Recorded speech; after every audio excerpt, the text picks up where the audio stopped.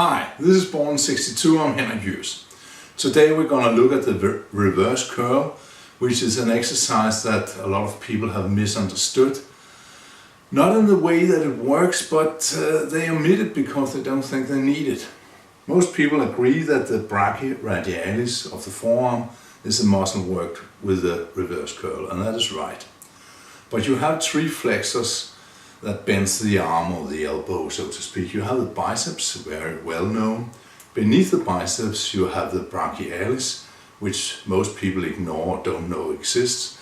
And then you have the brachioradialis down here at the forearm. These three muscles work together to bend your arm. And if you do pull-ups, chin-ups, rowing motions, everything where you pull something with your arms, these three muscles work together. If you ignore the brachioradialis and only work your biceps, like a lot of people do, you end up with an imbalance where the biceps is much stronger than the others, but as it doesn't work well in all positions, well, then that imbalance can lead to injury. Some bodybuilders talk about isolating this or that muscle, but it's a bit of a dream because the body was designed to work together, not to be isolated. If you take the arm, when the hand is supinated like this, the biceps is in a really good position to do a lot of the work to bend the arm, but the brachialis beneath it will also work. The brachioradialis will have limited ways of working in this position, but it will still do something. With a neutral grip like this, a hammer grip so to speak, the biceps will work, the brachialis will work, and the brachialis will be in a good position to do the work. When you pronate the hand, so the back of the hand is on top, the brachioradialis will do a lot of the work and the biceps will be in a less good position, but it will still be in there. So by doing both regular curls and reverse curls, you can train the entire flexor group and get that balance in your strengths. As an added bonus, you work your forearms, and it looks strange if you have a big biceps and no forearms at all. The curl itself is very easy to do. It's not a very technical exercise, but let's look at it.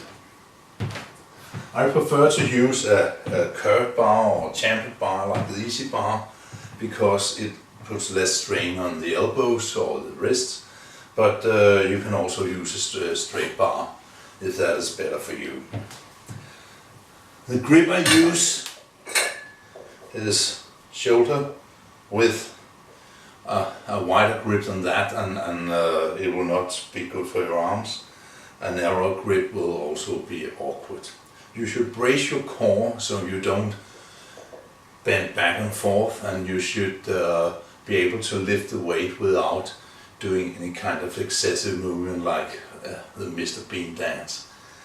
Some people prefer to have the thumbs over the bar and some have them under. I prefer to have them under for this exercise, but the grip is with the four other fingers. And then you just curl the weight up and slowly down again. If you cannot curl the weight in a slow, controlled tempo, it's too heavy.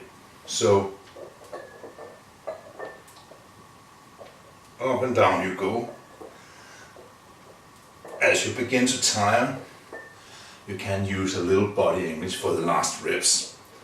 But if you have to start out with that, the weight is simply too heavy for you.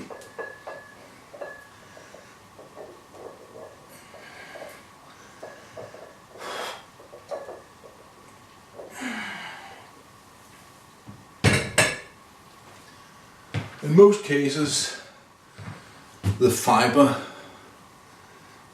in the forearm are more of the slow twitch fibers, meaning they need more repetitions.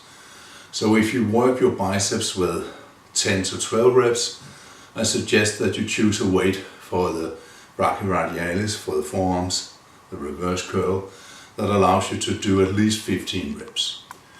So I hope you'll use this exercise and get some good forearm development. Until next time, hi.